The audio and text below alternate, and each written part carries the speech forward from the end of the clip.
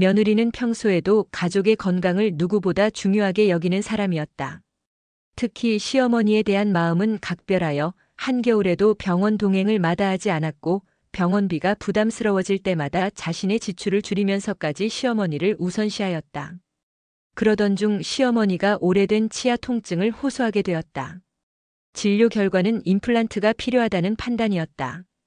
며느리는 자신이 꾸준히 다니며 신뢰해온 치과에 시어머니를 모시고 가기로 결심하였다. 깔끔한 인테리어와 친절한 응대, 그리고 예약 시스템까지 만족스러웠던 그곳은 그녀에게 오랫동안 안심하고 찾던 병원이기도 했다. 그러나 불행은 예기치 않게 찾아왔다. 시술 당일 시어머니는 수면 마취를 동반한 임플란트 시술을 받았다. 수술이 끝난 직후에는 큰 문제 없이 회복하는 듯 보였다. 하지만 며칠이 지나자 시어머니는 얼굴이 붓고 극심한 통증을 호소하기 시작하였다. 처음에는 단순한 수술 후 반응이라 여겼으나 염증이 퍼지고 식사조차 어려워지는 상황이 되자 며느리는 불안을 감추지 못하였다. 병원을 다시 찾았을 때 담당 치과 의사는 약 처방만 덧붙이며 별다른 조치 없이 돌려보냈다. 며칠 사이 시어머니의 상태는 더욱 악화되었고 결국 다른 병원을 찾아 촬영한 CT 결과 임플란트가 신경을 손상시켰다는 진단이 내려졌다. 며느리는 큰 충격을 받았다. 단순한 의료 행위가 아니라 명백한 과실이었음이 확인된 순간이었다. 마음속 깊은 죄책감과 분노가 동시에 치밀었다. 자신이 데리고 간 병원에서 자신이 믿었던 의료진이 시어머니에게 상처를 남겼다는 사실은 견딜 수 없는 일이었다. 그 길로 며느리는 다시 해당 치과를 방문했다. 단호하고 침착한 태도로 문제를 제기하였으나 병원 측은 모든 책임을 회피하며 말끝마다 우리는 지침대로 시술했다. 수술 후 염증은 흔한 일이다라는 변명만 늘어놓았다. 의료 기록을 요구하자 지연되었고 녹취를 시도하자 병원 측은 대화를 거부했다. 며느리는 더 이상 말로는 통하지 않는다고 판단하였다. 그녀는 곧바로 소비자보호원의 의료 피해 사례를 접수하였고 의료사고 전문 변호사와 상담을 진행하였다. 그녀는 시어머니의 진료 기록, 치료 전후의 사진, 타 병원의 진단서, 그리고 본인의 병원 내 응대 녹취록까지 체계적으로 정리해 증거자료를 마련하였다. 시간이 흐를수록 며느리의 결심은 더욱 단단해졌다. 가족을 위해서가 아니라도 이 같은 일이 반복되지 않도록 해야겠다는 책임감이 생겼다. 소송은 수개월에 걸쳐 이어졌다. 법원에서는 진료 기록과 외부 전문가의 감정을 바탕으로 의료과실 여부를 판단하였다. 초반에는 병원 측이 강경한 태도를 유지했으나 전문가 소견에서 임플란트 위치 선정의 명백한 오류와 수술 직후의 부실한 사후 관리가 문제였다는 분석이 나오자 상황은 달라지기 시작하였다. 재판 중반에 접어들며 병원 측은 중재를 요청하였다. 최종적으로 해당 치과 의사는 의료 과실을 인정하고 서면 사과문을 제출하였다. 또한 시어머니가 시술받은 임플란트에 대한 전액 환불이 이루어졌고 후속 치료에 대한 비용 역시 일정 부분 지원되었다. 며느리는 손에 쥔 판결문보다도 그 모든 과정을 통해 시어머니에게 책임을 다할 수 있었다는 사실에 조용히 눈물을 흘렸다. 그날 이후로 며느리는 의료 문제에 관한 관심을 더욱 넓혀갔다. 단순한 분노나 보상이 목적이 아니었다. 그 일은 그녀에게 책임 있는 보호자라는 이름의 무게를 실감하게 했고 동시에 누군가의 권리가 어떤 식으로 무시될 수 있는지를 명확히 보여준 계기가 되었다. 시어머니는 여전히 후유증을 조금씩 겪고 있었지만 며느리의 정성과 노력으로 점차 회복세에 접어들었다. 그리고 언젠가 시어머니는 며느리의 손을 꼭 붙잡고 예전처럼 미소를 지었다.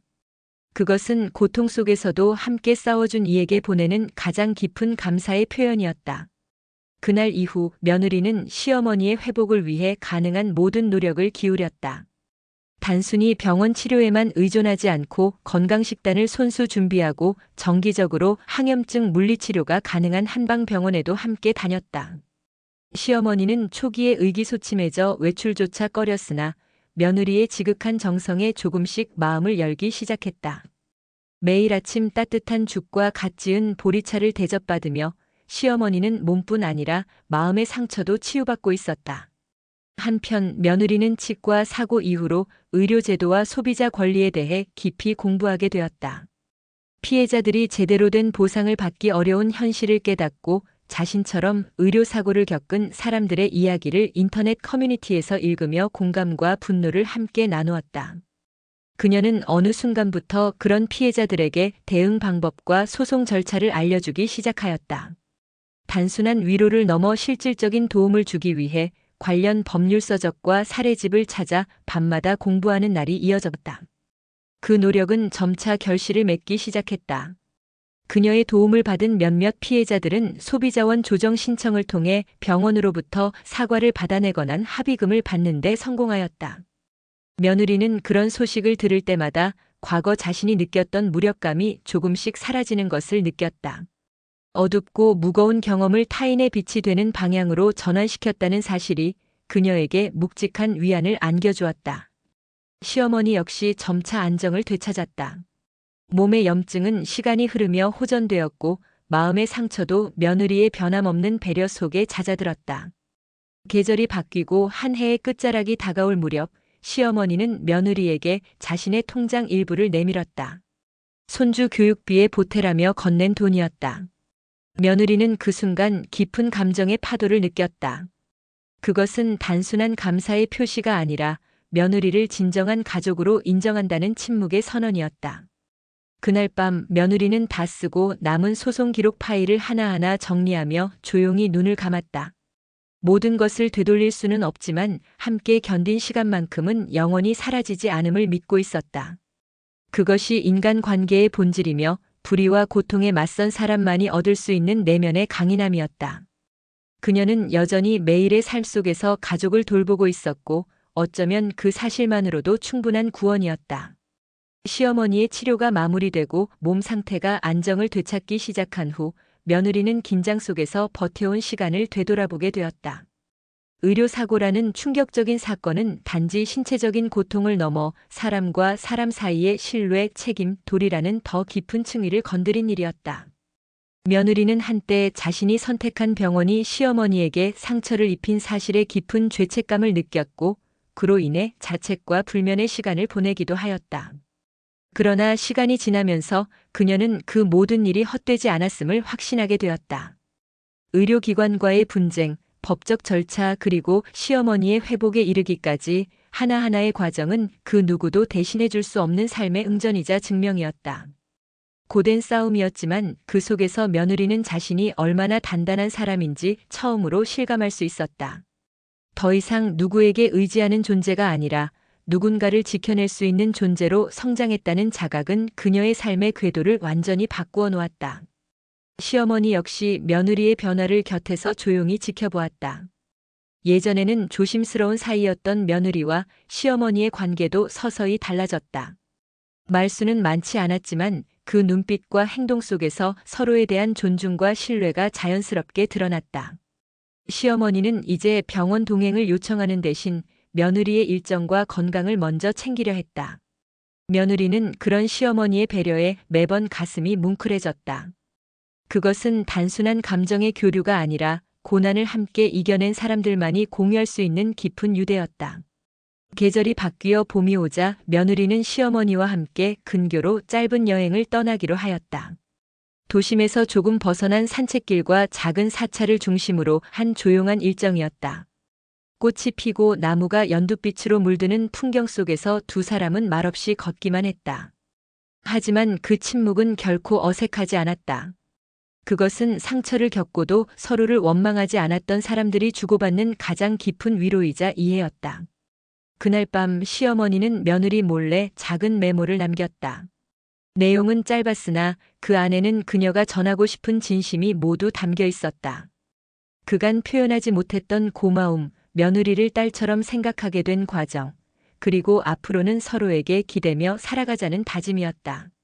며느리는 그 글을 읽고 한참 동안 자리에서 일어나지 못했다. 마음속 깊이 울컥하는 감정이 밀려들었고 조용히 눈물을 떨구었다. 그것은 억울함을 풀어낸 후에 찾아온 또 다른 치유의 시간이자 진정한 관계 회복의 시작이었다. 이후 며느리는 일상의 평범함 속에서 더욱 성숙한 여유를 지니게 되었다. 이전처럼 급하게 움직이기보다는 한 걸음씩 곱씹듯 살아가는 법을 배웠다. 치과 사고라는 불행은 이제 그녀의 삶을 뒤흔든 사건이 아니라 새로운 시선을 열어준 전환점으로 자리 잡았다. 가정은 다시 평온을 되찾았고 그녀는 다시 한번 다짐했다. 앞으로 어떤 일이 닥치더라도 자신은 다시 싸울 수 있을 것이라고. 누구보다 단단한 마음으로 끝까지 책임질 수 있는 사람으로. 그로부터 몇 달이 지나 며느리는 시어머니의 치료비를 모두 정산하고 나서야 마음의 짐을 조금 내려놓을 수 있었다. 의료사고 이후의 긴 여정은 단순히 병원과의 갈등이나 경제적 손실을 넘어서 삶의 구조와 정서까지 송두리째 흔들어 놓았다. 그러나 그 모든 과정을 하나하나 밟아나간 끝에 그녀는 더 강인한 존재로 다시 일어설 수 있었다. 시어머니는 여전히 하루 2번 약을 복용하고 있었고 때때로 임플란트 주변의 잔통증을 호소하곤 했다. 그러나 이전처럼 얼굴을 찌푸리거나 병원을 두려워하지 않았다. 그녀의 내면에는 며느리의 지극한 정성과 꾸준한 동행으로 인해 쌓인 신뢰와 안정감이 자리 잡고 있었다. 이전까지는 스스로 고통을 감내하며 묵묵히 살아오던 시어머니였지만 이제는 아프면 아프다고 말할 수 있게 되었고 무언가 이상하다고 느끼면 즉시 며느리에게 알리는 사람이 되었다. 이 변화는 며느리에게 깊은 감동을 안겨주었다. 단지 몸이 회복된 것이 아니라 시어머니의 삶의 태도 자체가 변화한 것이기 때문이다. 과거에는 사소한 통증조차 참아야 한다는 생각에 눌려 살았던 시어머니가 이제는 자신의 건강을 돌보는 것이 가족에 대한 책임이자 사랑이라는 점을 받아들이게 된 것이었다. 이는 오랜 세월 동안 익숙해진 절제와 인내의 방식이 바뀐 것이자 며느리와의 관계에서 맺어진 새로운 신뢰의 열매였다. 한편 며느리는 이번 일을 계기로 치과 시술뿐 아니라 전반적인 의료 소비자 권리에 대한 관심을 넓혀갔다. 피해를 입은 이들이 어디에서부터 도움을 구해야 하는지, 어떤 증거를 남겨야 하고 어떤 기관에 호소할 수 있는지를 정리한 자료를 만들어 공유하기 시작했다. 그녀는 병원이라는 구조 앞에서 환자나 보호자가 얼마나 쉽게 침묵하게 되는지를, 그리고 침묵이 반복될수록 얼마나 많은 사람들이 불필요한 고통을 겪는지를 절실히 깨달았다. 그녀가 올린 글과 정리 자료는 인터넷 커뮤니티에서 빠르게 공유되었고 몇몇 소비자 권익단체에서 연락이 오기까지 했다. 그녀는 자신이 한때 겪었던 억울함과 분노를 더 나은 구조를 향한 개선의 방향으로 전환시키는 법을 배웠다. 이 일련의 경험은 단지 한 가정의 위기를 넘긴 것에 그치지 않고 사회적으로도 의미 있는 파장을 만들어냈다. 계절은 다시 여름으로 접어들었고 시어머니는 며느리와 함께 가까운 보건소에서 정기 건강검진을 받았다. 검진을 마치고 집으로 돌아오는 길, 시어머니는 천천히 걸으며 주변 풍경을 둘러보았다.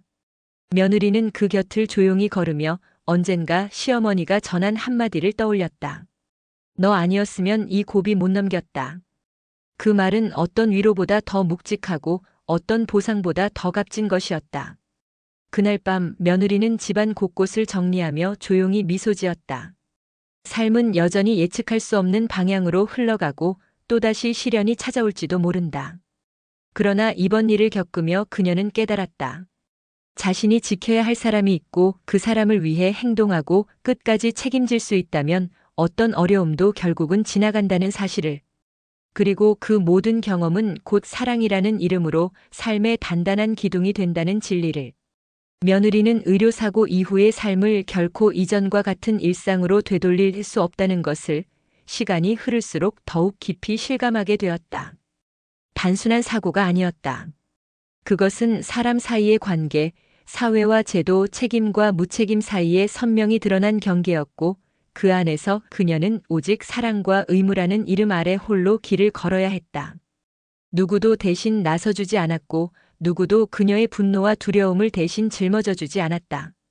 그렇기에 그녀는 달라질 수밖에 없었다. 한때는 조용히 살아가는 것이 가장 지혜로운 삶이라 믿었다. 그러나 이제는 알고 있었다. 조용한 삶이란 침묵 속에 방치되는 것이 아니라 필요할 때 정확하게 말하고 행동하는 용기 위에서만 가능한 일이란 것을. 그녀는 그 용기를 의료사고라는 시련 속에서 얻었고 그 용기는 그녀를 보호자에서 나아가 하나의 주체로 성장시켰다. 시어머니는 어느새 정기적인 검진과 약 복용을 자연스럽게 일상의 일부로 받아들이고 있었다. 며느리는 여전히 식단을 챙기고 날씨가 풀리는 날이면 가까운 공원에 모시고 나가 산책을 함께하였다. 두 사람의 관계는 과거와 달랐다. 단순히 가족이라는 울타리로 유지되는 형식적 관계가 아니라 위기 속에서 서로의 존재를 진심으로 확인한 사람들만이 가지는 깊은 유대였다. 그것은 말보다 더 깊은 층위에서 흐르는 신뢰였고 함께 겪은 고통이 증명해준 유일무이한 연대였다.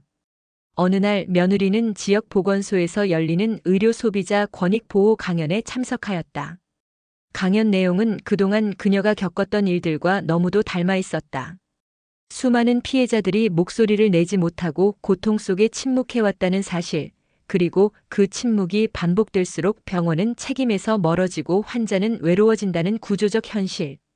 며느리는 그 강연을 들으며 스스로의 경험이 고립된 사건이 아님을 다시금 확신하게 되었다. 그날 이후 그녀는 의료 피해 사례자 모임에 자원봉사자로 참여하게 되었다. 처음에는 단순한 기록 정리와 민원 서류 작성을 도왔지만 점차 그녀가 겪었던 일과 소송 과정이 입소문을 타면서 며느리에게 조언을 구하는 사람들이 늘어났다.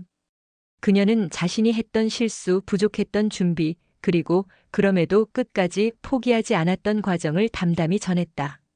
누군가는 그녀의 조언으로 의료 분쟁 조정을 신청했고 또 다른 누군가는 법적 절차에 착수할 용기를 얻게 되었다. 그 과정은 며느리에게 또 다른 치유의 시간이 되었다. 고통을 나누는 일이 때로는 가장 강력한 회복이 된다는 사실을 체험하게 된 것이다. 그녀는 이제 더 이상 단순한 피해자가 아니었다. 자신의 경험을 통해 타인의 고통을 덜어주는 사람, 그들의 길잡이가 되어주는 조용한 목소리였다. 그해 겨울, 시어머니는 손수 만든 목도리를 며느리에게 건넸다.